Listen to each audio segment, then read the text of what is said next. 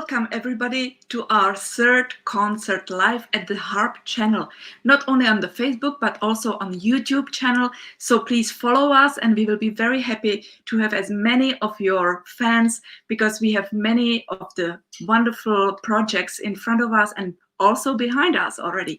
We have wonderful performer today, great artist, and it's really my big pleasure to have Viktor Hartobanu from Germany. I will now read his biography so to introduce him a little bit more to you. Viktor Hartobanu is the winner of the Grand Prix of the Belgian Felix Godefroy International Harp Contest, the second prize of the competition of the Franz Josef Reinl Association in Vienna, and the finalist of the USA International Harp Composition Competition in Bloomington in the United States.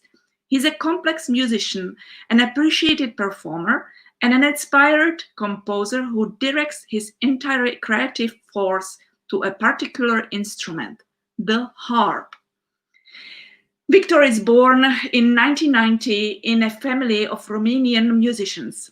Viktor received his first piano and harp lessons from his mother at the age of 5. When he was 9 years old, he entered the young talent class of the Leipzig Music Conservatory. From 2008 to 2010, he studied in the class of Professor Max Hoch, where he obtained the harpist and teacher's diploma. Years of studies followed with Professor Florent Citrouk in Geneva and Professor Jana Boušková in Brussels. After that, he was a member of the Orchestra Academy of the Staatskapelle in Berlin when he was performing until the maestros Daniel Barenboim, Sir Simon Rattle, Zubin Mehta, Gustavo Dudamel. He was invited to music festivals in Germany, England, San Marino, Thailand, and Romania. Viktor Hartobanu is a harp teacher at the Conservatory of Music in Feldkirch in Austria. I'm sure that all of you now know that we will have a great artist today, and I'm very happy to invite Viktor Hartobanu to our live stream concert. Welcome, Viktor. Hello. Wonderful to have you today. You will introduce yourself by the music, and I'm very looking forward to hear John Thomas. I will put the title. So good luck and very, very warm welcome, Viktor. Thank you very much.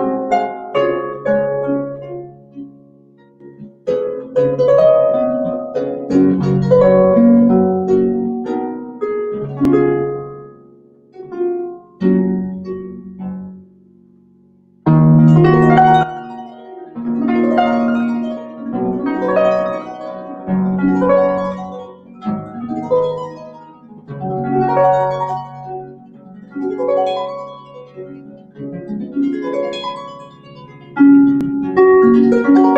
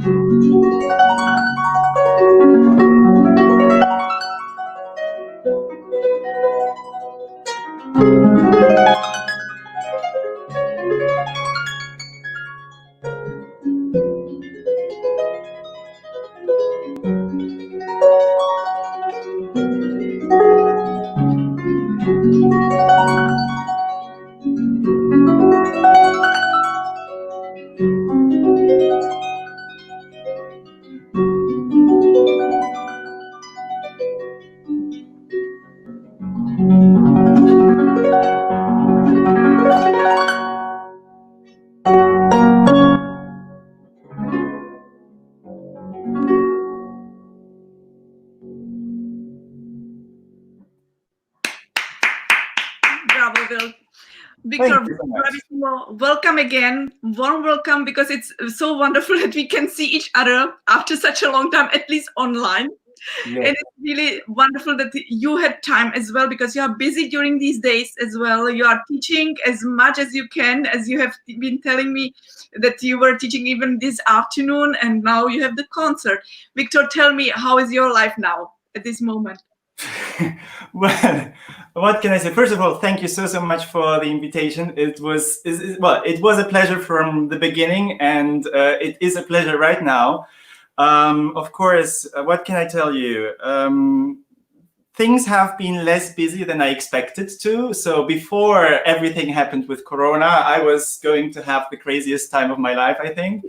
So naturally, I tried to get myself busy in a way. Of course, online teaching was a very big thing. So it's kept me busy for, I think, 8 weeks straight, 5 days a week. So besides that, of course, I had to organize myself and see what I can do. There were so many new venues I was going to visit. There were so many new projects I was going to prepare. So everything got, in a way, postponed or even canceled.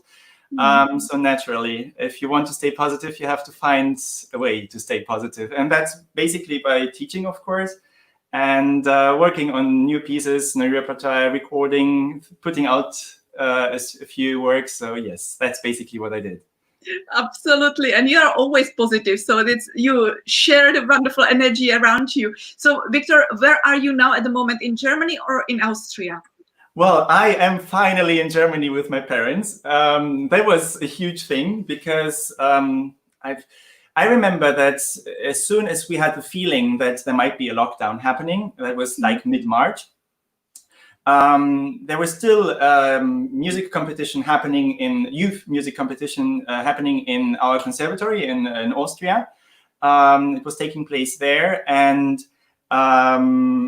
we kind of had the feeling that something is going to happen. And some people said, of course, they might be closing the schools. So a few days later, they closed everything. The conservatory was closed, the music schools were closed, and I stayed at home, and I didn't know what to do. Nothing was clear yet.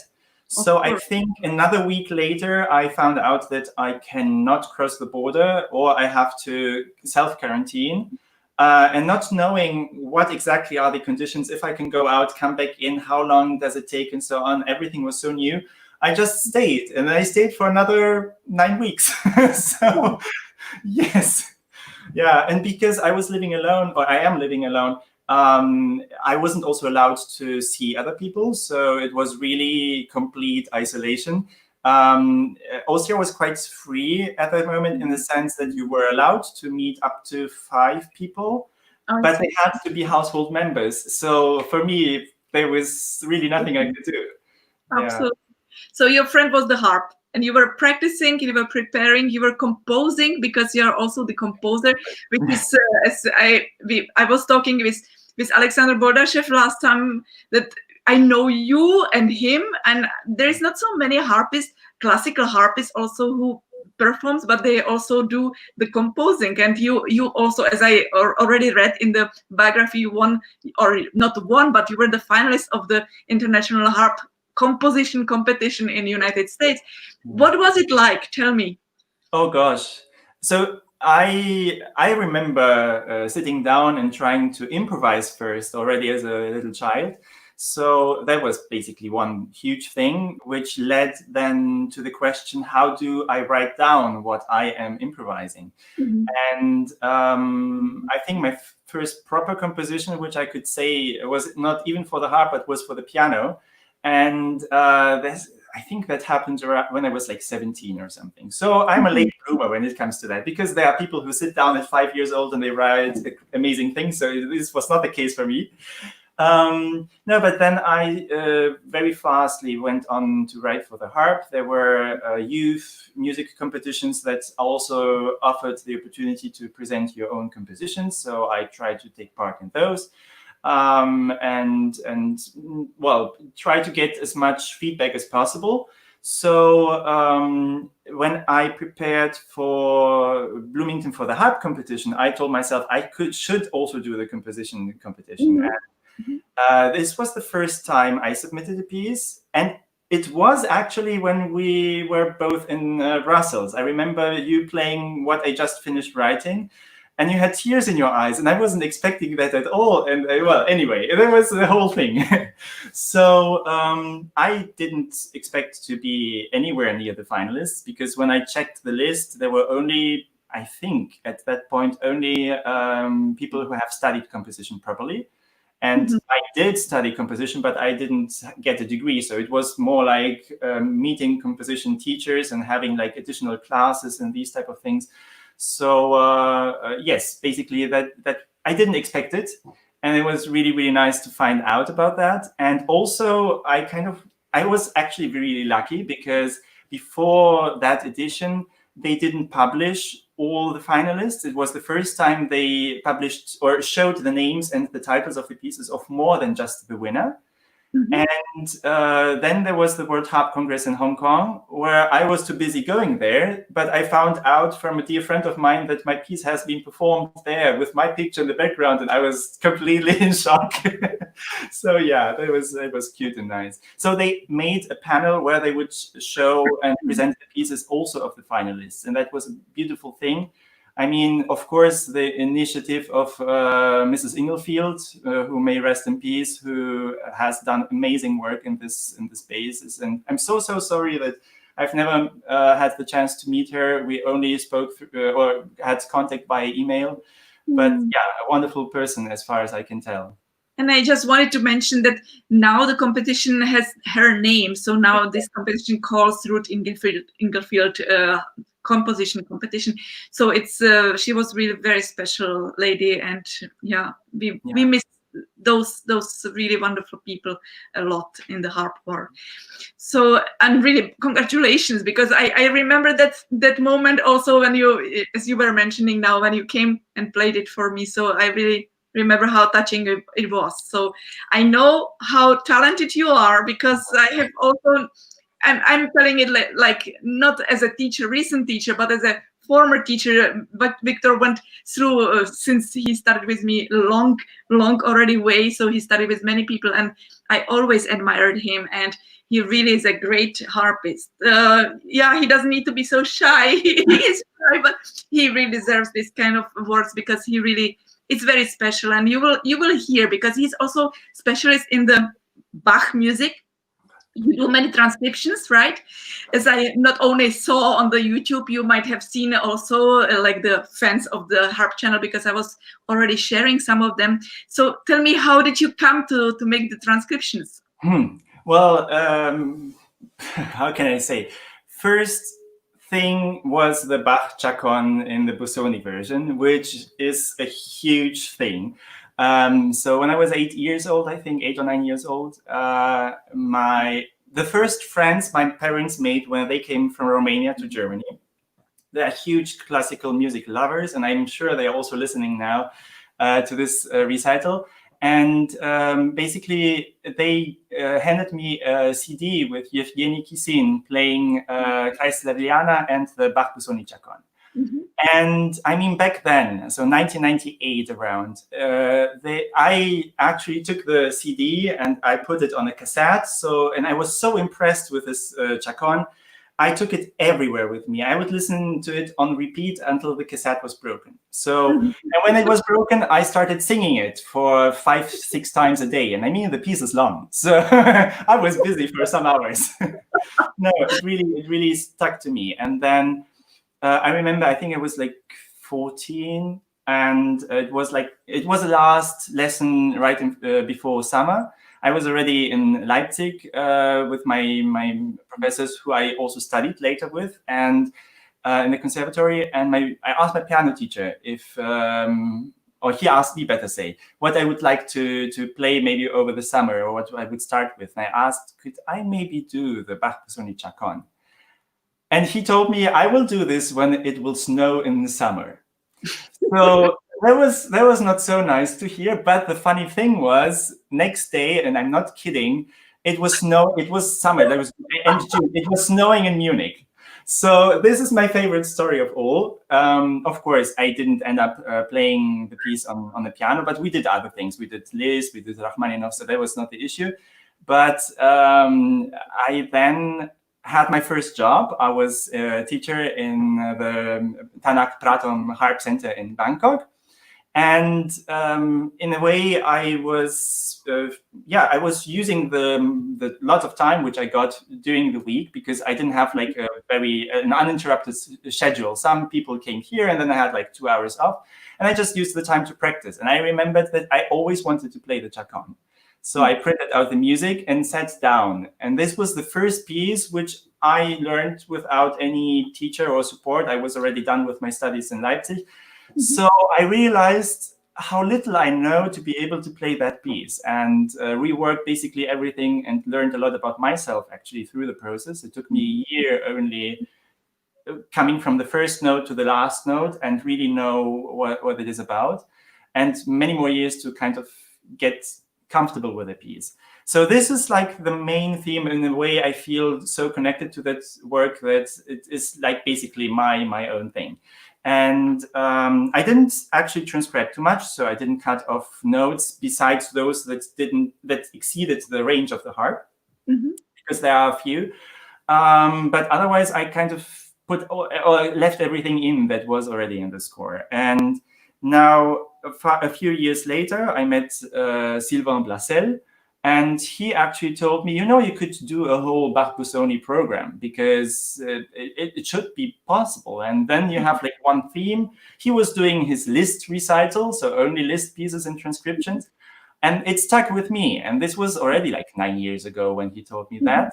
And it was only when now this is really actually a whole life story, I realize now, because I started meeting people from Salvi, and I was invited to my first jury duty in Saluzzo, and also asked to give a recital. And for me, it is important in a way to find pieces that connect to the place where I am, at least a little bit. So I thought of this entire idea of Italian composers influencing German composers, and back and forth. I mean, Busoni being Italian, but living in Berlin, working with Bach himself transcribing pieces by Vivaldi. So there's a whole circle of things. And so I remembered this, Goethe went to Italy for 2 years, and he wrote books about that. And one of them had the subtitle, Et in Arcadia Ego. So also I am in Arcadia, and this was this mythical place somewhere in Italy. And actually, the place was never in Italy, but he didn't know.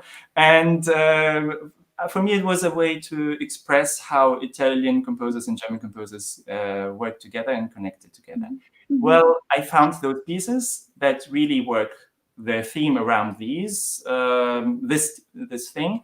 And there wasn't much to transcribe. there was just listening to the piece and imagining whether it could work on the harp or not, because I don't want necessarily to change much. And I ended up with a whole repertoire of, right now I'm working or still learning a third Bach transcription, which he made after the Marcello oboe concerto. So he took these concerti and transcribed them for solo cembalo, and these are what I'm playing. And two Vivaldi concerti. There are Bach Busoni chorale preludes and the Bach Busoni chaconne. So this is the entire repertoire which I'm doing. Fantastic. And you will also play one piece of today's concert, right? Yes. Are you prepared now to do so? We can start. Excellent. So we have, and I will put of course, by Vivaldi concerto 972, 878, 978. Yes. All right.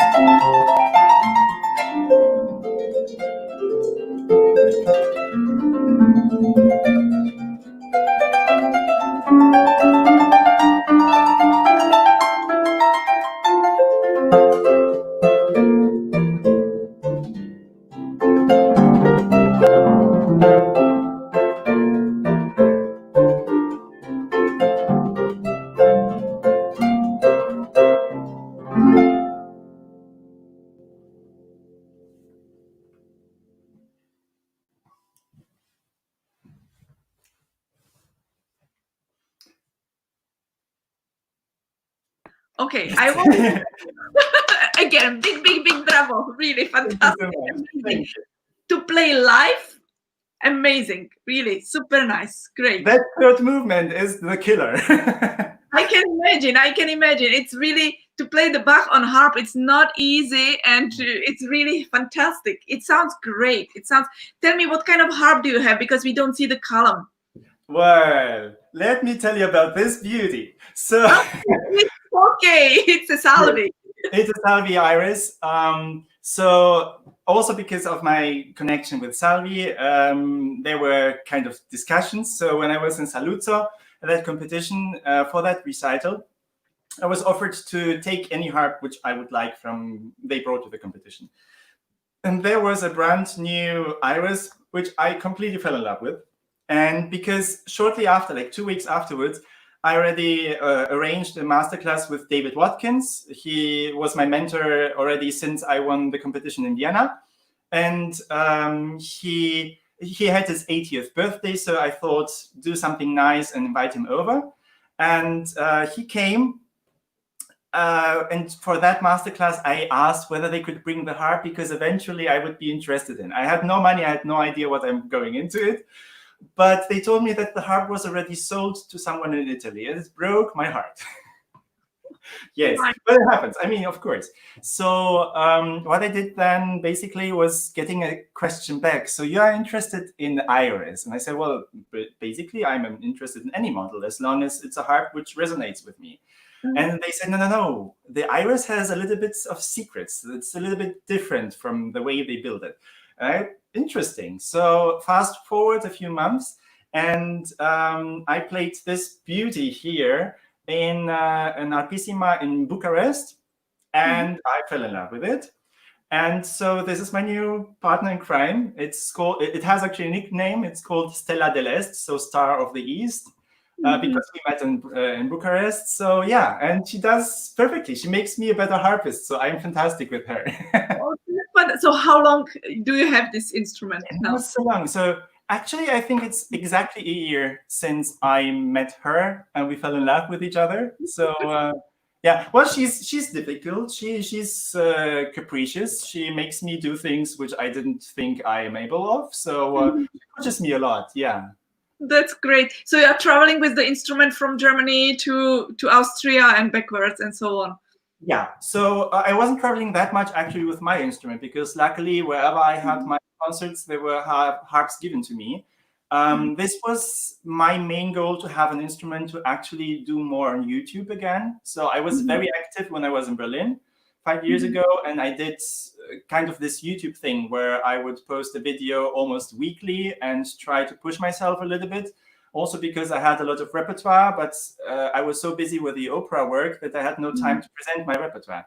So actually, you know it, because I was still studying with you, and I finally had no chance to come to see you to have lessons. So that was a very intense time. So I told myself, record at least something, so you know you have done it. And the same thing is right now. I worked on this repertoire now, and I want to put it out and have, you know, kind of this CD feeling. So give a recording out and like a whole program, so people can see what my process was and what my idea was, and yeah, make it all my own. I record myself, I edit myself, I cut it all together myself.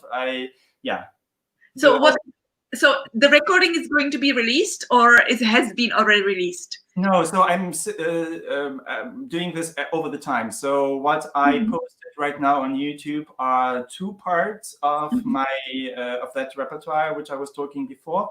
Now, because of Corona, I was asked for Salvi to do also an online arpissimo, as they are doing, with a few fantastic harpists so far.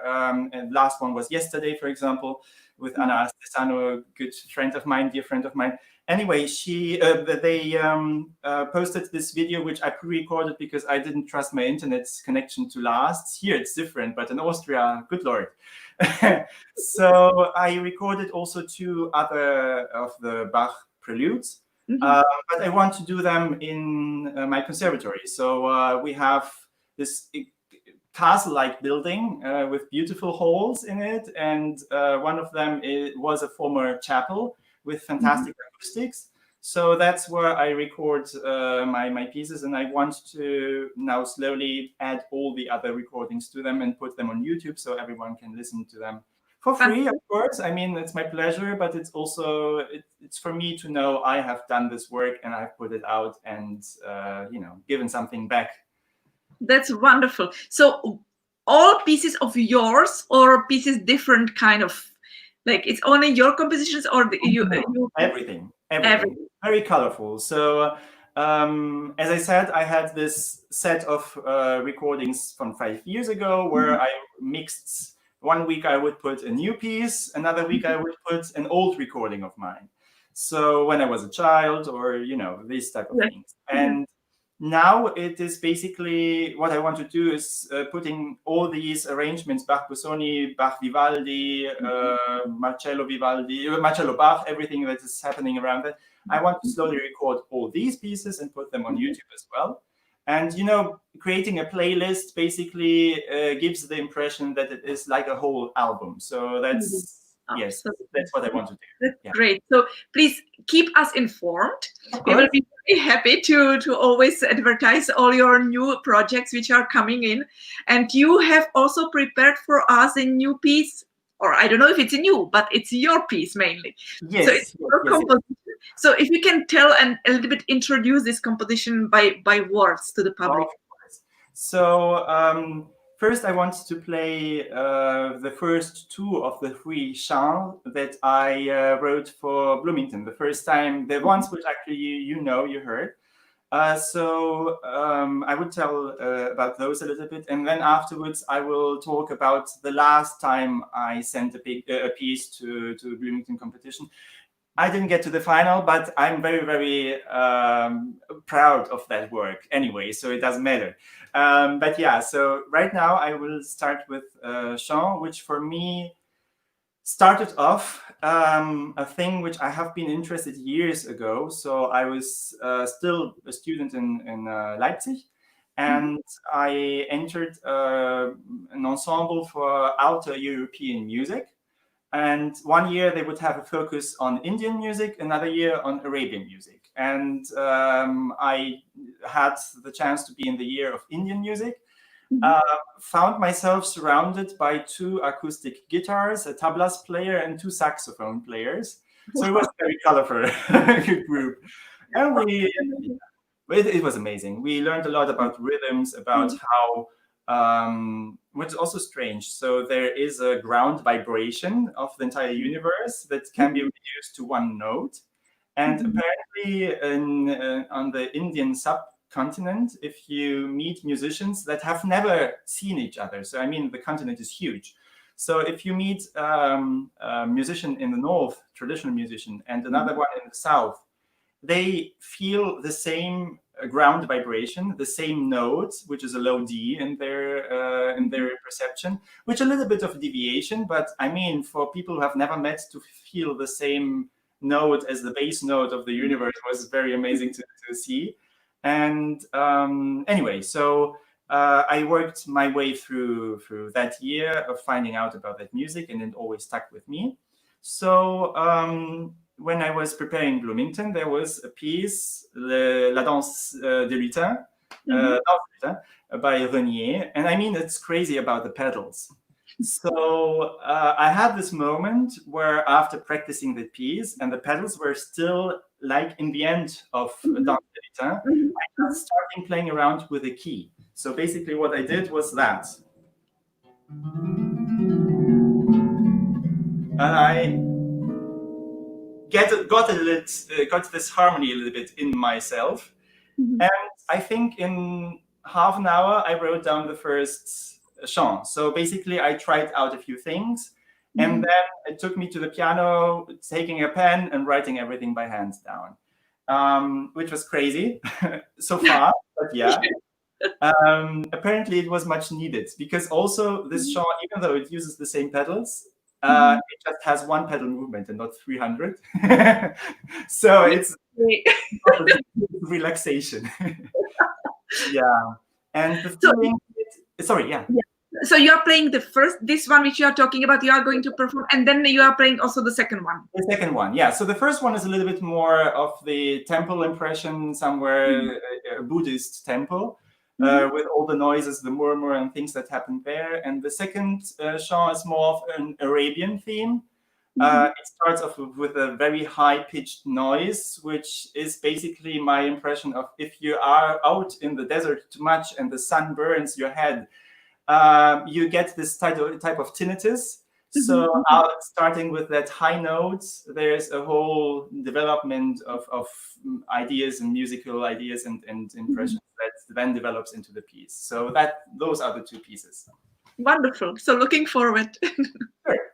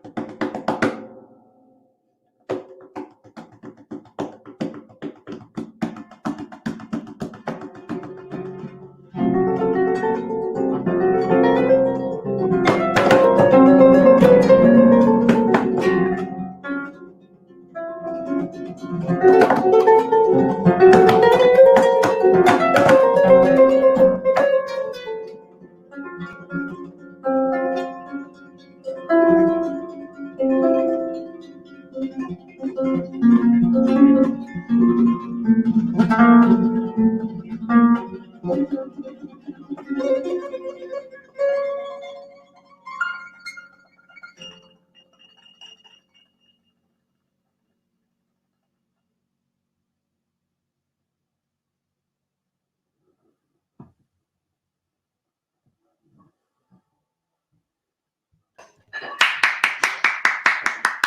bravo. So we have today a guest who is not only artist as a harpist, but also as a composer, as you have seen now and heard, of course, a beautiful piece. It's really so gorgeous. And I must tell you, you hear all the colors there. Really, from the India, you can really imagine to be there immediately. I had also the honor to play with Ravi Shankar and Anushka Shankar as well. So, and we were playing also on the sitar. She was playing, and there were these percussionists from India. It was so amazing. It's really something very special and very different. It's something above the natural living. So it's really great. It is. I mean, it talks a lot about tuning and vibration and this entire idea. I mean, they have so many instruments where the sound just goes on, and you almost cannot influence. I mean, sitar, the strings that just move the whole time. So it's absolutely. But you have actually you have put into the music everything. You have put the percussions, you have put the sitar feeling, you have put everything. The harp is there. Really, bravo. Thanks. What is your now project to write? What piece are you now writing? Well, there is one huge project that involves you. That is the harp concerto, which I'm still working on. And I don't even want to think when I started it. And I know that I've presented it to you. The first movement is done. There are 3 more to come. But for everyone who doesn't know, so basically, there are a set of pieces like these ones, which go about sound and atmosphere and the work or the possibilities of the harp in a more world music contemporary way. But I have also explored a little bit of the romantic style of course, being very, very close to this type of music. So what I was missing a little bit in the harp repertoire was, in a way, a harp concerto that would fill in this gap from, let's say, 1850 to 1900. I mean, there were like the Zabel harp concerto, which appeared a bit later than 1912 or something. I don't remember quite. There's the Reinecke harp concerto. But I mean, I don't believe in myself really being up on that level, but I try to write a harp concerto that kind of follows the line of Brahms and Rachmaninoff and somewhere in between there. So it is, of course, more of a late romantic style. I want to have full-blown orchestra. I want to have it huge. I want the harp to be the carrier of the melodic lines, and there to be a lot of things that really show off the harp. Because, I mean, as beautiful a Reinecke harp concerto is, but you feel oftentimes like you're accompanying more than you're actually playing. Zabel is beautiful, but the orchestration is sometimes a little bit weird. So, I mean, you know, there are these type of things. And because I really take this seriously and I really want to make it well, it takes a lot of time. So, but yeah. I'm really honored, and I'm so looking forward, and I'm sure that it will happen once that I will be able to play it. And really, thank you very much for doing that, because I'm sure that we really need this kind of concerto in our repertoire to have. Because as you said, there is always something between. There is something either that the orchestration is not good enough for the orchestra to play, or there is not good enough the harp part to show up everything what is available to be played on the harp. So it's your turn now to come out with this kind of piece. So, we will see. No, but otherwise, I am more now arranging works. So I found out, for example, for a flute harp recital, which I was planning, it was going to happen in June in Tehran. So this is not happening anymore. But yeah, I found that Erik Satie wrote music for a movie that originally was with, I don't know, a set of harps and a set of flutes. I see. I forgot the title. It was something, The Child of the Stars, L'Enfant des Étoiles, or something like that. So he later published those pieces in a reduced form for piano solo. And Takemitsu took the first part and arranged it back for what was intended apparently for flute and harp.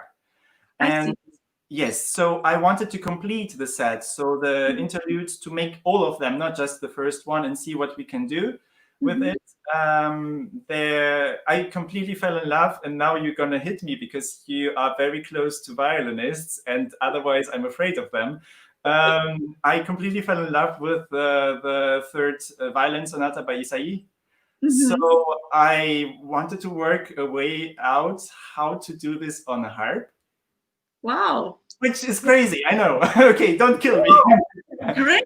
It's Yeah. great. Well, we play the violin partitas, and we play this kind of violin. I know that the violinists don't like to hear it on the harp, but I mean, we can try, because it's, if there is something what it's so unique for the repertoire, why not to try to put it in the? We are also string instruments, so Yeah. it's just little different because we don't have the bow, but it's we can really try to put it into the harp repertoire, and it's great idea. I mean, Absolutely. also it was dedicated to Enescu, so there is some Romanian heritage in Of it, and I mean, I course. could really see a way how it would work. Also, there are like these fantastic lines and lots of chromatisms that are really, really difficult to put on the harp, but there's a lot of chords and a lot of feeling of vertical writing. So it's not so much bowing than really the energy behind it. And I think we can do that somehow. I don't know yet how, but this is like an idea there in my mind.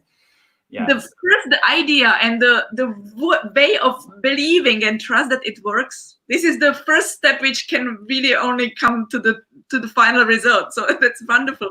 And Victor, we have prepared also some music you sent me. May I Yes. just show it now, and so that you can talk about it? So this is the page. Exactly. This is, for example, how a piece of mine looks. This is Palmyra. That was the last entry for the Bloomington competition. Basically, just to make it very short. So the idea behind was I was deeply saddened by the attack as ISIS, entered Syria and Palmyra. They conquered this beautiful ruined city and destroyed parts of it. They also killed Khalil al-Assad, who was the chief archaeologist there. They killed him in the theater of Palmyra, which is just atrocious. So I kind of dedicated this piece also to him, and it has 3 parts. The prologue, which is called Tadmor. Tadmor is the original Semitic name of the place. So exactly, and this is like the continuation of this prologue, where I just wanted to work my way around the harmony and the rhythm, what I imagine the ancient city might have sounded like. So there are parts in this piece that represent parts of the city. And you hear, for example, the noises on the market. You hear a horse passing through. There are death bells representing 3 towers, which were grave towers or tombs, basically, who also were destroyed by ISIS. So everything is a little bit worked in. The main rhythm in the beginning, for example, is a rhythm that I took from one of the oldest known music, which was a song for the god of love, of Eros. Is it here written? In Yes, this? the first line. Uh-huh. So I can present to you how that sounds, just the beginning, for example. So I just hit the strings and try to work my way through the sounds that happen on the harp. All right.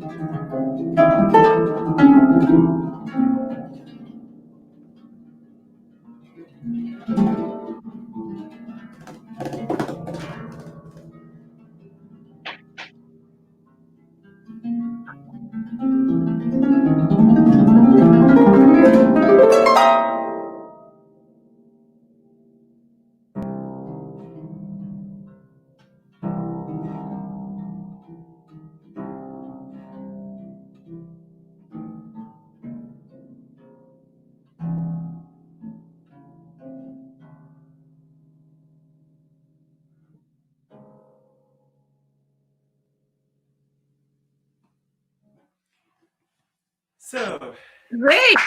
That's wonderful. I'm sorry I could not put the music in because otherwise you will not be seen, and the way how you play will not be really clear there for the people to see that. It's amazing the jumpings, because I could not check it with the music.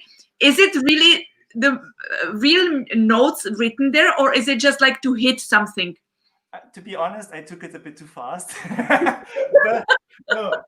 So That I is great. know that the pitch doesn't need to be fit, because I know as a harpist what is possible and what is not, and I know things are hard or things are impossible. So here it's not about really meeting the notes, because the feeling which I want to get there is the noisy, messy situation of thousands of people coming together on the streets, all the things that happen. Actually, I was searching recordings of bazaars in Morocco and Algeria, and I realized that when people are talking on the street, they kind of have a similar pitch all the time. So it's somewhere over here. So if you hear them all talking over, it's a little bit of that, and then maybe something falls down and breaks, or some children are screaming, and then you have things like that happen.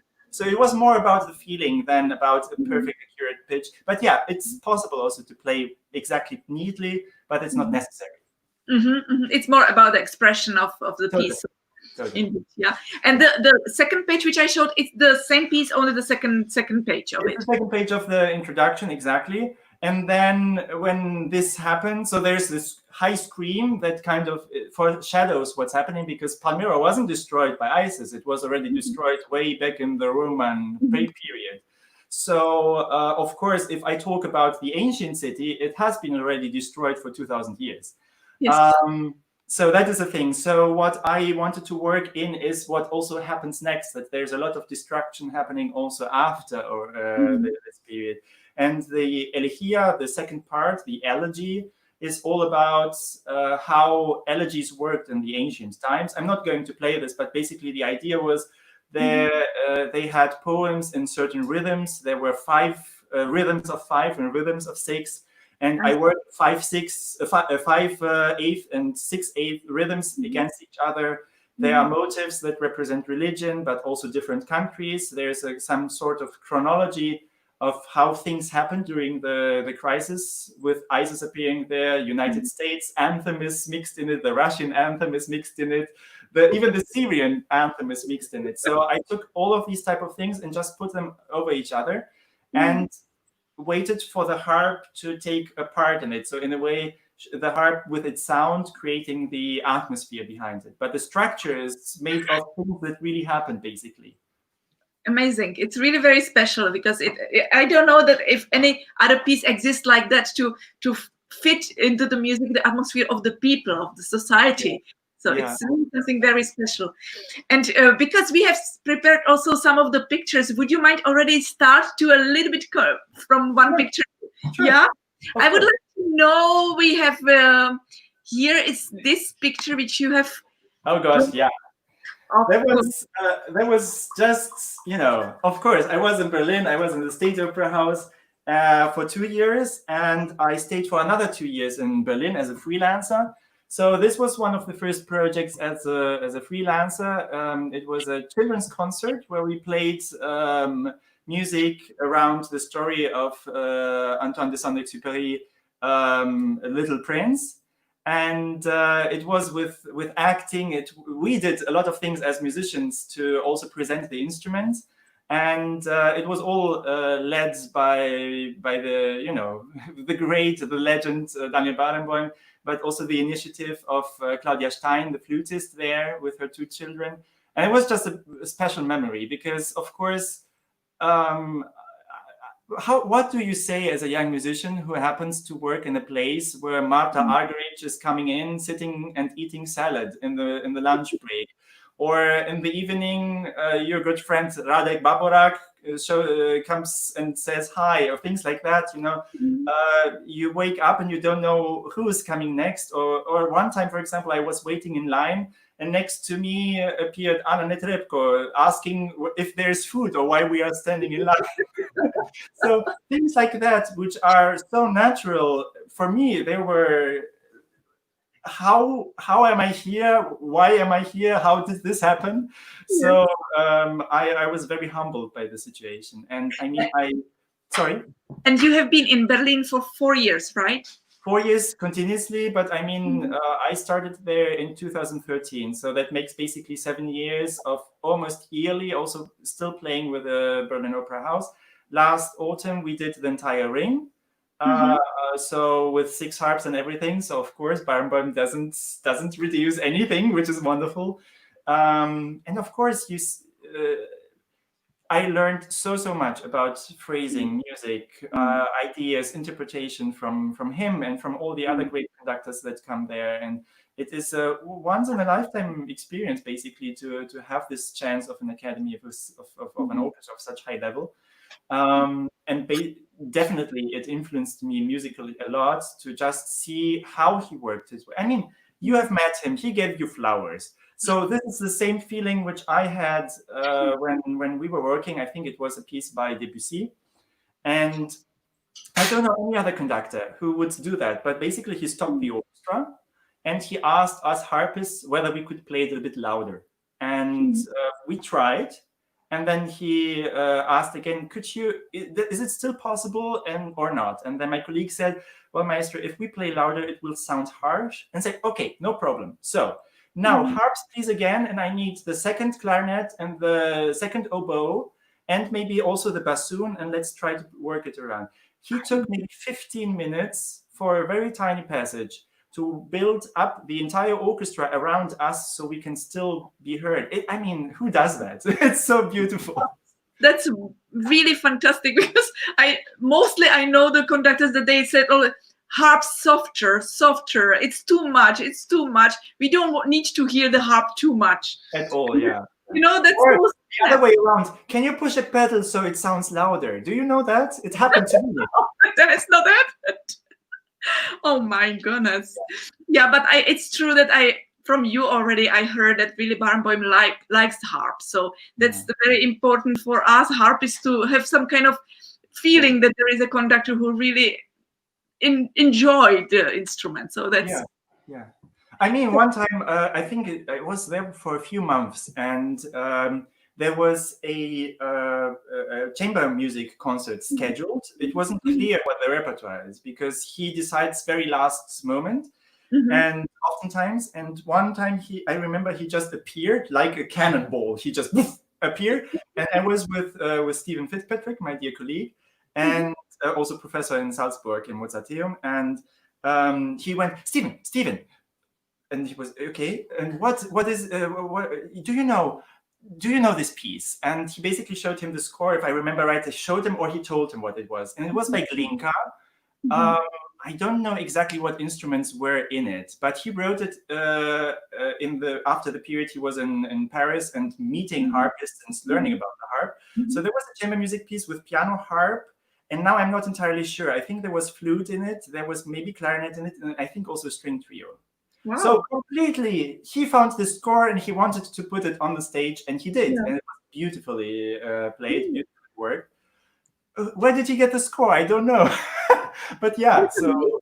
That's amazing. That's really amazing, and it's also he's so interested in getting these kind of new pieces for the harp. Also, put yeah, together. That's really fantastic. So, yeah. what is your expression? Because you were saying that it gives you everything from that period of time when you were playing there. What other like experiences you have from that period where you were playing in the which kind of maybe you have some kind of stories with Mhm. not only like what you told now, but maybe you have some with other conductors as well, maybe. Yes, so I mean, I was already playing from the beginning with Barenboim. My first experience with him was actually a few days before I officially started. Mhm. It was the last show of Wozzeck, which was premiered in the State Opera House. So Okay. basically, all the musicians have the scores from the premiere, not the Mhm. harpists, because we write a lot and change stuff. But there are scores where you still see old German writing, handwriting in it, and you know that those were used like 100 years ago when the Mhm. piece was premiered. And there are so many traditions in the orchestra. where they would do things like Barenboim, for example, whistles at a point, or the orchestra sighs loudly. Nothing written in the score, but they just do because it always has been like that. And also the seriosity, because which infected me. In one rehearsal break, I saw the percussionist with a full score analyzing it. And I mean, it's totally necessary with such a piece. And I did the same thing. Then I went, bought the score, and I was sitting with it, even during the concerts and the shows. But the first time, I was just sat behind the third harp, because actually in the score, there's one harp. And they did a playable version, because you have to cut many things out if not, on two harps. But there are a few notes on the bottom which can be tuned by the pedals, so you have to pre-tune them. So they use three instruments, but the first harp goes to the third instrument and then plays just those few notes and jumps back to things like that. So my colleague was seeing me, oh, you're here. Well, we're starting in like 10 minutes. Do you want to come in? And actually, I was dressed in black, so I wouldn't, there was no problem with me just sitting there. And I sat there, and Barenboim has two places where he would give the cue and look at the harpists. Oh, if Barenboim looks at you and you do not look back, you are dead. You have to be very careful to see him in the eyes, and it doesn't matter. You have to know everything by heart. You have to watch him. And he saw that I was the new face. He didn't know me yet. And he was giving me the cue, even though I was just sitting behind the harp like that. Oh, good Lord, I froze. And he didn't just do it once, he did it twice. And then I asked my colleagues, like, does he hate me now because I didn't play? And like, oh, Barenboim never forgets. That was his thing. Yeah. Oh my God. That's wonderful. He complimented me on Romanian. So he knows a little bit of all the languages there are in the world. I wouldn't be surprised if he could speak Chinese. In the shows, in the rehearsals, for example, he would address to the singers or musicians in their native language. So he speaks Russian, he speaks Hebrew, German, English, French, Italian, Spanish, I think I said already. I don't know how many languages, but unbelievable. Absolutely. So he would address personally. So if he has some criticism, people don't necessarily know what he said. And which is very, very nice to do it like that. So there was one hard time I had. We played Daphne and Chloe, and there is this one passage where it's like totally divine. It's just two harps, the oboe melodies, and very high-pitched sound from the violins. And I had, as a second harp, a little bit more to play than the first harp, and I had to come in with harmonics. And I told myself, when I'm in the rehearsal, of course he will show, because it's the change of beat, of speed, of everything, so he will show. He didn't. He just laid back and enjoyed. And I was desperate. I had no idea what to do. And he stopped. He looked at me again. So we started again. And I mean, I'm Romanian, so I have a little bit of gypsy blood in myself. So I tried to figure my way around, not him conducting, not showing me where the beat is, to kind of play around. It was better, but not good. So then there was break, and I went up to his assistant. He gave me his score, and I started writing out the line of the oboes. And suddenly, I feel a presence behind me. I turn around, and it was him. And Maestro, I'm so sorry, I spoke in German. He was, you speak German? I said, yes, but you're not German. No, where are you from? Well, my parents are from Romania. And then he said, foarte bine, which means very good. That was all. Now, fast forward, like a week later, we had the general rehearsal in the concert hall, in the Konzerthaus in Berlin. And there comes this passage. And I was like prepared. I looked at him, I was smiled, he looked at me. And he actually gave me like a very clear first bar of that thing. And I put the harmonic beautifully. And over the entire orchestra, he was like, foarte bine. All the Romanian people turned around and looked at me. And I was, well, sure. Yeah, but that was like the only really nice story that affected me personally. But there were so many more that happened, around the people. He can be very warm, very welcoming. can be also very demanding. Some Germans are like, oh my God, he is getting personal, but he's never personal because he knows what responsibility he has. Everything is up to him. If something doesn't happen the way he wants to, it's his fault. So he has a lot of things to handle. Absolutely. But it's a great story, really. That's wonderful. So you have really had wonderful experiences, wonderful also friendship, finally, certainly with him as well, after 4 years, and now after 7 years of also participating at the concerts with him. We have more pictures. Would you like to go through them now, or would you like first to play? Or maybe we can play something, because that would be also interesting. So That would be there's now a surprise, you know. Now is the surprise. I thought that now it comes the falia.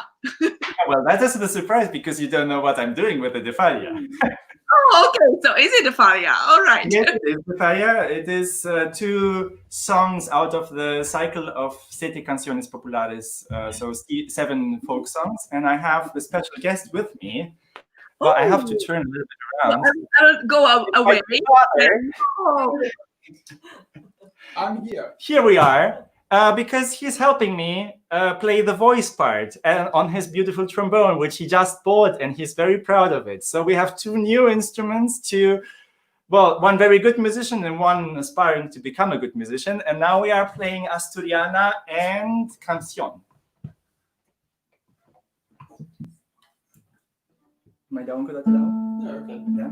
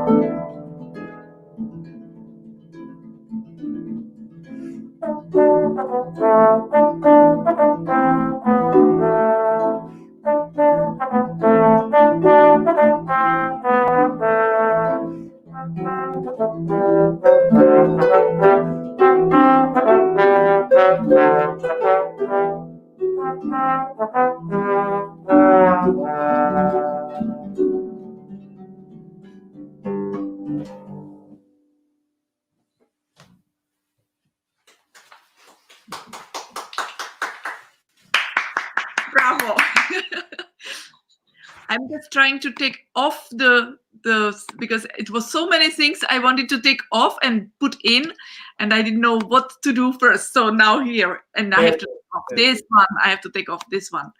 Okay. Please, can you turn now again back so that I can see you? Because we still have one more. So there's still one. Oh, sorry.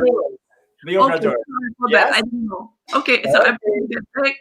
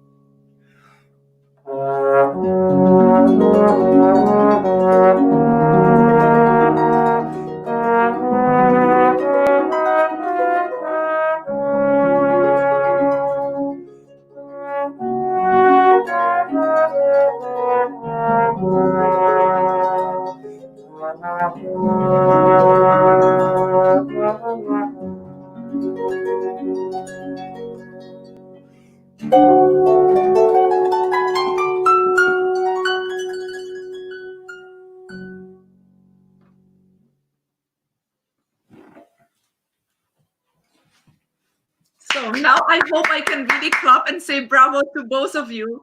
Thank you so much. Thank you very much that you were having the guest. Please, Viktor, now really turn so that we can see you. Here we are. Thank you very much.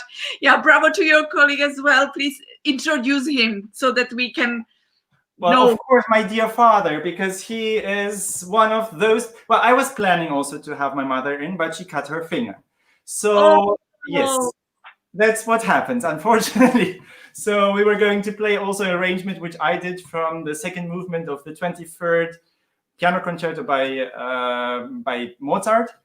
So I did a 2 harp version, and I wanted to play with her. Unfortunately, it couldn't be possible. But yeah, at least I have my dad here. Oh, that's so wonderful. And I'm so sorry for your mom. Of course, we have to say that your mom is the harpist. So that's why actually you were so close to the instrument as well. Maybe you can say a little bit about this kind of way. How did you get to play the harp? If it was that your mother wanted you to play the harp, or if it was your decision, or if it was pushed that you will play the harp. Oh, God. No. So basically, when I was 5 years old, my mother went to a harp shop, which I think was the first time we actually went to a harp shop. It was 95. So it was all very fresh, all very new. And actually, I have the feeling I'm losing you a little bit. So here we are. You have so many wonderful comments. I have to just post them so that the people see how wonderful everything. So basically, what happened?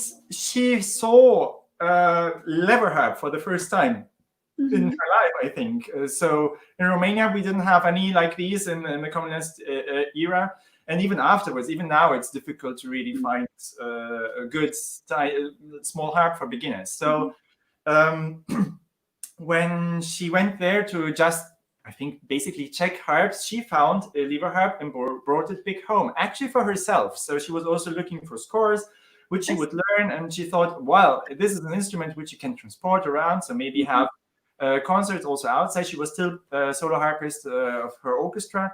So as an additional thing. And then somehow she just saw me, doing stuff on that harp, like I did on a picture behind me. I don't know if I can make it seen, but up there, wait, that the other direction. Where is the other direction? That is me when I was like, I think 2 years old on my mother's concert harp. And there, that's my first concert, which I gave. I was 5 years old. So basically, she then saw that this is exactly my size, and she taught me a few pieces which I played on that recital. But it was like a birthday thing, and parts of it are actually on my YouTube channel on how far I played there. I think I played 4 different pieces. I even played one piece where I would sing at the same time, so I accompanied myself singing. But it was never continuous because, of course, she was very busy with her orchestra work. So whenever she had time, she would show me a new piece. She also showed me how to play the piano. And then the reason why I ended up doing harp and piano was basically because also at 5 years old, my father took me to the concertmaster of his theater and asked whether I could become a violinist. And he looked at my fingers, which were small and round and thick. And he looked at my father's hand, which is in this direction. And he said, no, if he grows up to be like you, he has no chance of really becoming a good violinist. And now I end up with these fingers. So yeah. So basically it just happened. I never asked for it. It just happened because we had the harp and the possibility, and my mother had the time, and it slowly happened. She was never sure whether I'm good for my age, whether I can do, but we had lots of good people around us who supported us. First one being Yoni Varoncia, who you also had on your channel, who for some time has been the teacher of my mother. And she once recorded me when I think was 8 years old or so, and sent him the tapes. And he answered back, bring him out, take him to the world. This way you will see yourself that your son has talent. And that's basically how it started. And then I got into competitions. And so everything kind of became its own speed and its own motion. Yeah. That's fun. And we are lucky and happy that you stayed with the harp, that you have not chosen the violin. So that's really wonderful. And of course, your mom must be very proud of you as that it's continuing her work, and that all what she has done also, it's not stopping by herself, but that you are still doing the same and wonderful work and really successful work. And I might just go for the pictures you have again, because there are some which I would like to know. Which hall is this? That is the concert hall of my conservatory. So this is also where I played for my audition when I became the professor there. So it used to be a school for Jesuits. So it has the beautiful chapel, which you also can show. I think it's one of the next pictures around. Exactly. So the masterclass with David Watkins we had in this beautiful chapel. I record my work in it, and it's all in the same building. So we are really, really lucky to have everything in the same place. It's wonderful. It's beautiful, but it's an old building. It's really very, very old, but very good, in a good shape, right? Oh yeah. It was, I think, built in the 19th century, and they refurbished it like 30 years ago, 20 years ago. I'm not entirely sure, but they did a fantastic job. So we have everything modern and new and up to date. So this really is a wonderful place to be working in, honestly. I can imagine. Here's something like from the nature. So out of the conservatory outside, you see how dreamy it is. So on the right side of the river, it's the old town. And this was one of the first buildings that was built outside the city walls. So the conservatory was, as I said, a school in the beginning, also with places for the students to live in. and then it was called Stella Matutina, and then it was closed down. And I think in the 60s they started the work as a music conservatory, and it now built up slowly. Some 10 years ago, 15 years ago, there was launched a collaboration between the Mozarteum in Salzburg and our conservatory. So in a way, we have the opportunity to offer bachelor studies for pedagogy, and with a signature also of the Mozarteum. So in a way, our students were then also invited over to get their master's degree at the Mozarteum. Many of our students are now teachers in our region. There's a very, very big harp scene, actually, for as tiny as our county is. So Vorarlberg, where I'm living, that's about the corner where Liechtenstein and Switzerland and Austria and South Germany meet all together. There's Lake Constance in the north, and I'm in Feldkirch. And beautiful region, just gorgeous to see and to watch, and the mountains around. The scenery is amazing. But also from the harp point of view, because one of the first things how I got introduced were the Vorarlberger Hafentage or Feldkircher Hafentage, so the harp days of Feldkirch, where I suddenly saw a stage with 50 harps, not 15, 50. 50. Wow. And students of all ages and sizes, and they played together. They played classical music, pop music, arrangements, in all sorts of kinds of ways. They are currently, I think, around 90 harp students in music schools and a conservatory, which, I mean, there are 350,000 people only living in that region. And I guess that there must be about 200, 220 professionals, semi-professionals or learning harpists in our region. So there's a lot what we can do, and a lot of things that are happening. The harp teachers are very active. And I'm just very happy that I was brought into this kind of family, because one of my predecessors, who was also a professor in that conservatory, all of her students became the first generation of harp teachers in the region. And she said, "Girls, you are my daughters and you are sisters. You are not going to fight with each other. You are going to be family." And that's exactly, I don't know where else I found a more peaceful and more at home situation between harpists, because honestly, we know how harpists can be. So, yeah.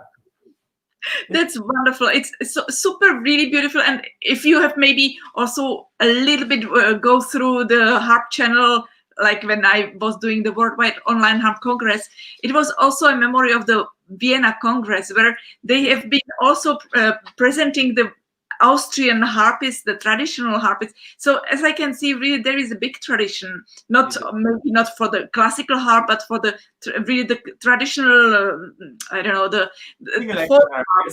Yes, exactly.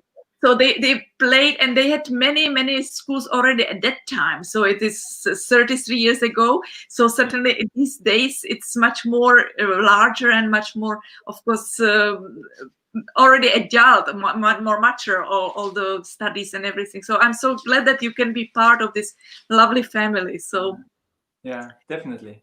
So you have been there for how many years?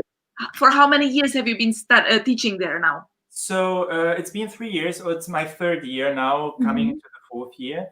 And there are so when I started off, I kind of had to build up the class again. So there were a few changes. Some people went on to study and have their master's degree. So of course I had to see what I can do with the class that happened. Now I have 3 bachelor students and 3 people at the preparatory classes.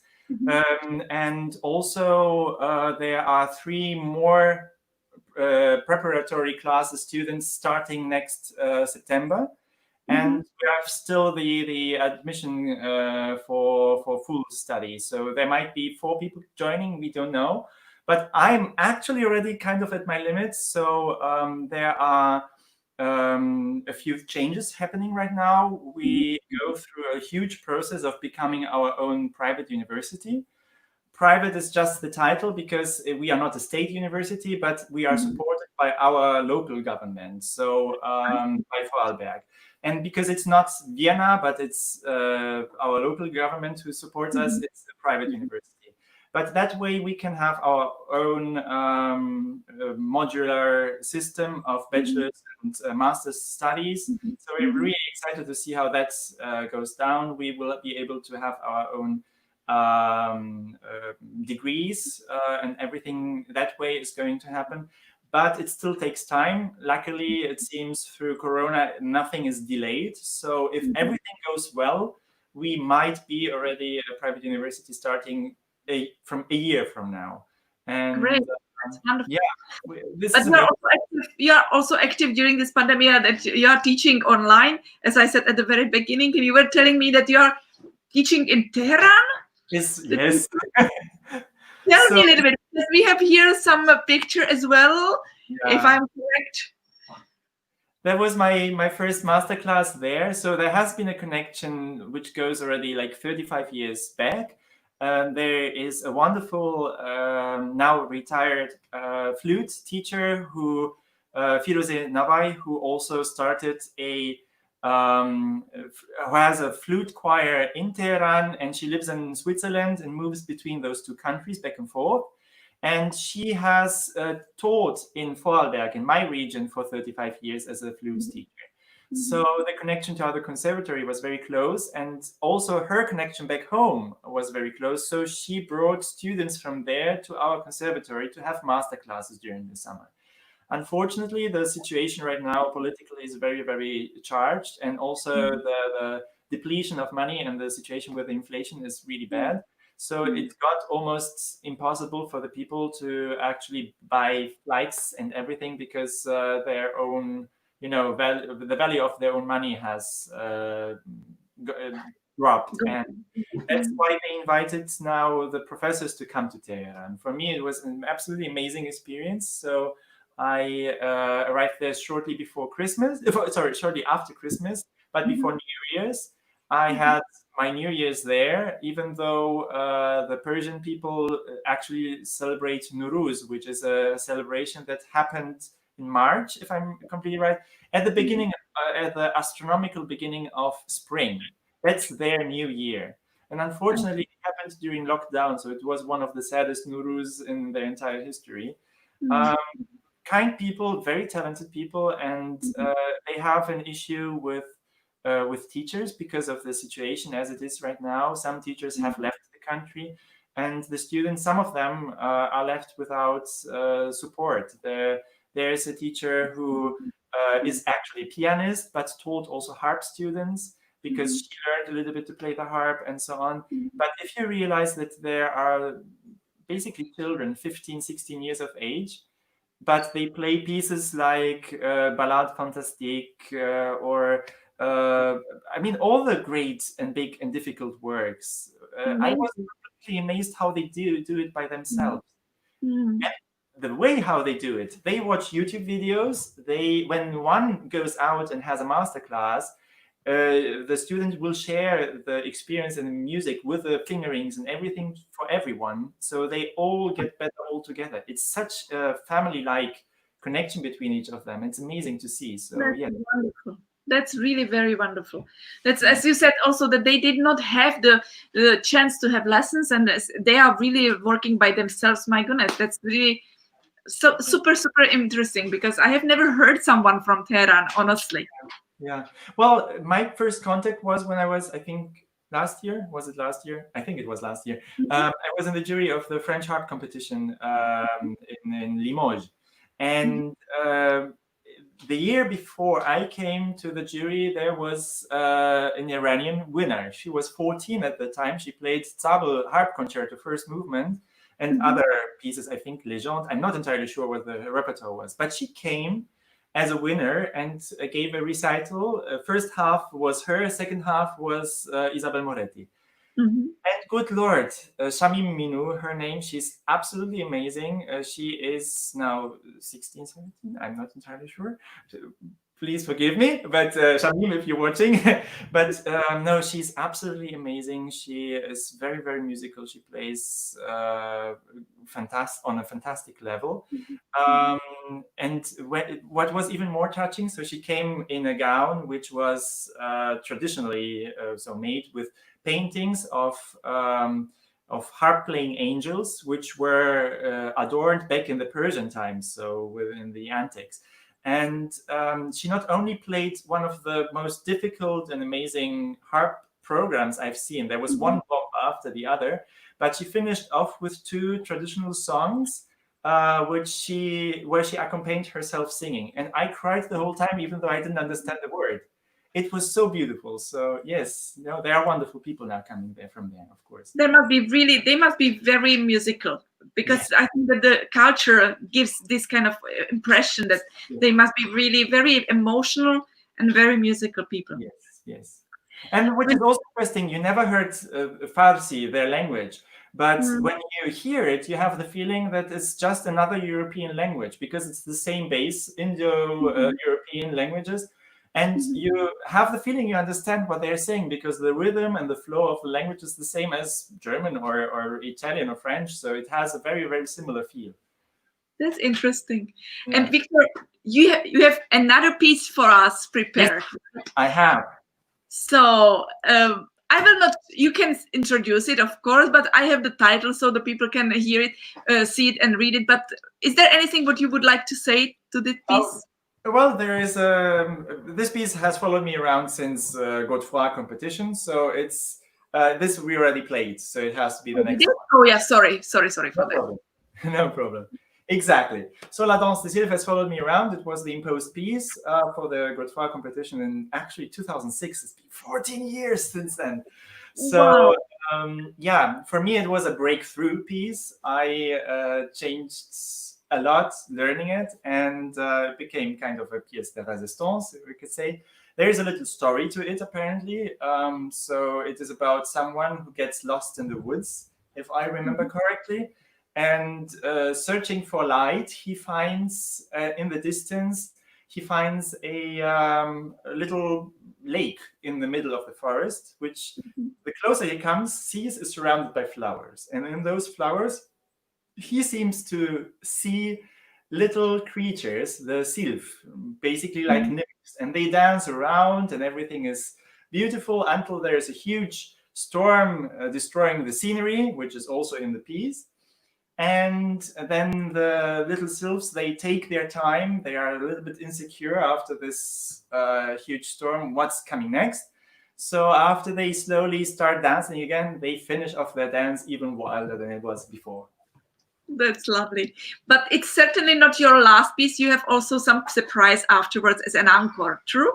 Oh gosh, do you want me to still play an encore? I do, but do you want I don't want to say goodbye at the moment, because we would like to say goodbye by the music. So if you don't have encore, it will be the last piece, which will be really pity. So I am sure that you have an encore for us as well. I have an encore. We play an encore.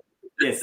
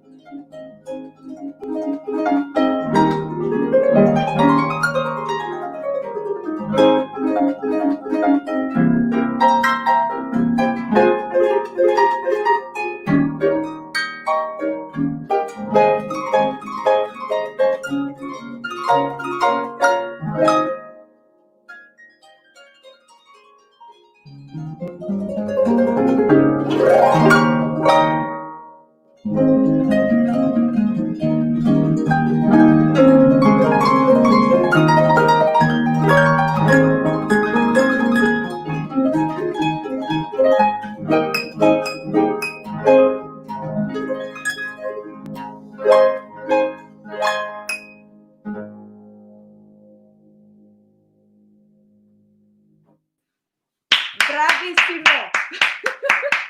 I put the mask on me to see that we have also with the harp. I don't know if you can see that. So, Yes. but bravo to you, because really this is amazing. I have my family here and they are listening to you. And God. my father said, he's playing live. It's amazing. So bravo from the whole family here around Thank me. you so much. Thank you. So it's great. Wonderful, wonderful. I have also one surprise for you. If you remember this memory, Oh my God. Yes. I just found some of the pictures because I thought like maybe you don't have them. So in case you don't, I will be happy to send it to them. It was Please. lovely. It was in Teen at the Music Art Festival where are the masterclasses during the summer. Yeah. So it was lovely to have all the people as you were there. And I have one picture here, if you remember, when I had with Radek Baborak actually, and you came to have the concert to be in the public. So Yeah. I just found this. I thought I have to bring it out as well for you. Actually, now you see the flowers which I gave you there. So those were flowers from our garden, and my mother has been now collecting flowers for you because I cannot give them you personally. Oh, that's so wonderful of you, Victor. You should receive the flowers from me because your recital was absolutely marvelous. And Thank you so much. I tried to put some of the comments already there because it's really, the people are absolutely amazed, and you have bravo. All the people are just, everything is so fantastic. So, and you totally deserve it. It was really super, super, super beautiful. And I don't know if there is anything what you would like to say and you have still in your mind to share. Oh gosh, I mean, try to stay positive. The time is going to be better. I think we all are in the wait to get the world opening up again, and for us to really gift you with our music and our work and our heart. And I hope everyone who enjoys music, everyone who loves music, also cannot wait to see their favorite musicians coming back. So I cannot wait. And I'm just very curious and very positive, seeing how things might turn out in the future. And yeah, I can't certainly wait to see you in person again. That's for sure. So yeah, I just hope for everyone to stay safe, stay healthy, and to come to our concerts once they're out again on the schedule. So yes. Absolutely. And is there any your dream which you have, yeah, like your secret, and you can share it? What you dream about? Is there anything? Gosh. I mean, this all is already a dream. How where I am at the moment and what I'm doing at the moment, being traveling in a way the world and having all these opportunities to see and to play. I didn't imagine I would get that in any circumstance. So because I mean, at the end of the day, I know I'm a harpist and I'm not a violinist and not a pianist. So we have to see what we can do and what kind of respect we are getting in the music world. And I think it's slowly getting better. I mean, by the works of you and many other fantastic harpists out there who push our instrument beyond the limits. And I hope that really I can do also my part. I mean, there are so many fantastic people of my age, like Sasha, of course. I mean, yes, I'm very positive in that way. And my dream basically is to give this instrument the room it had, like in the 19th century, with Parrish Alvarez, with Zabel, with Posse, with everyone whose name we know nowadays. Yes, to get it back on the stages where it belongs, to warm the hearts of the people everywhere in the world, and show what we can do. Yeah. That's the most beautiful wish we all wish to you as well. And Thank of you. course, we wish you also to be healthy, which is the most important for everybody, and to stay positive as you always are, and that you are still sharing this kind of positive energy and all your great art you are doing, not only as a harpist but also as a composer, and also that really all your dreams come true, and that we will see each other, I'm really sure and hope, very soon, because time flies so fast. And that I meet also your mother again. And please give her and your parents, both of your parents, my big, big hug and love. So please take care of yourself. And I wish that you are happy with your students, that you are happy what they are doing, and that everything, all the concerts which has been postponed, will happen very soon for you. So I'm looking forward to again follow all your activities on Facebook, on the YouTube, on Instagram. Please do so, everybody, as well. And I hope you will also join the Harp channel everywhere. And we will be very happy to have all the information from you. And but I'm sure, Viktor, that you have still some of your encore for us, which Yes, is I have an encore. I have an encore. It's a Scarlatti Sonata, which I found on one recording, looking for something that I don't think anyone else has played on the harp. It's the K132 in C major. And you will hear why I love it, because it's absolutely not expected from this sonata to be as it is. But besides that, thank you so much for inviting me, giving me this platform and an opportunity. I'm really deeply thankful for that. Also, I must say it took me like half a second to lose all my my angst and my fears at the beginning of playing online and being here out there. I hope everyone had a good time, and I certainly had. So, and I thank you for everything from the bottom of my heart, and can't wait to see you soon. So, and also good luck with everything. I mean, you are for sure one of the busiest harpists there is out there. So I cannot imagine how you do all of that. But knowing you and having worked with you, I know how extreme, what an example of discipline and motivation you are. Not only motivating yourself to be out there all the time, but also having so many students who carry that also outside of your classroom.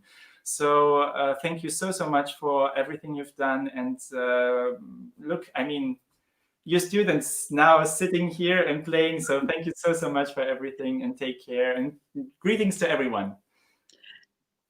I thank you, Viktor, for that you are such an ambassador of the harp. That's the most important and big present for me. Thank you for all what you said and what you are doing. Really, very, very big thanks. Yeah.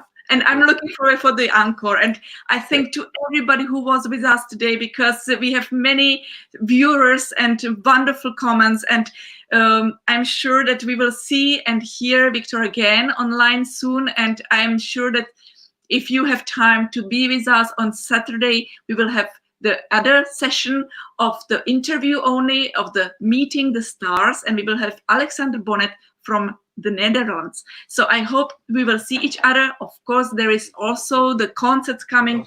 There is many projects. Please follow the Harp channel. You will find out all the events. And thank you, and bravo, bravo, bravo to Viktor today, because it was amazing. Big applause to him. And I really am looking forward to hear from you. So have a wonderful evening, and I wish you really great time now with Scarlatti of Viktor. Thank you. Thank you.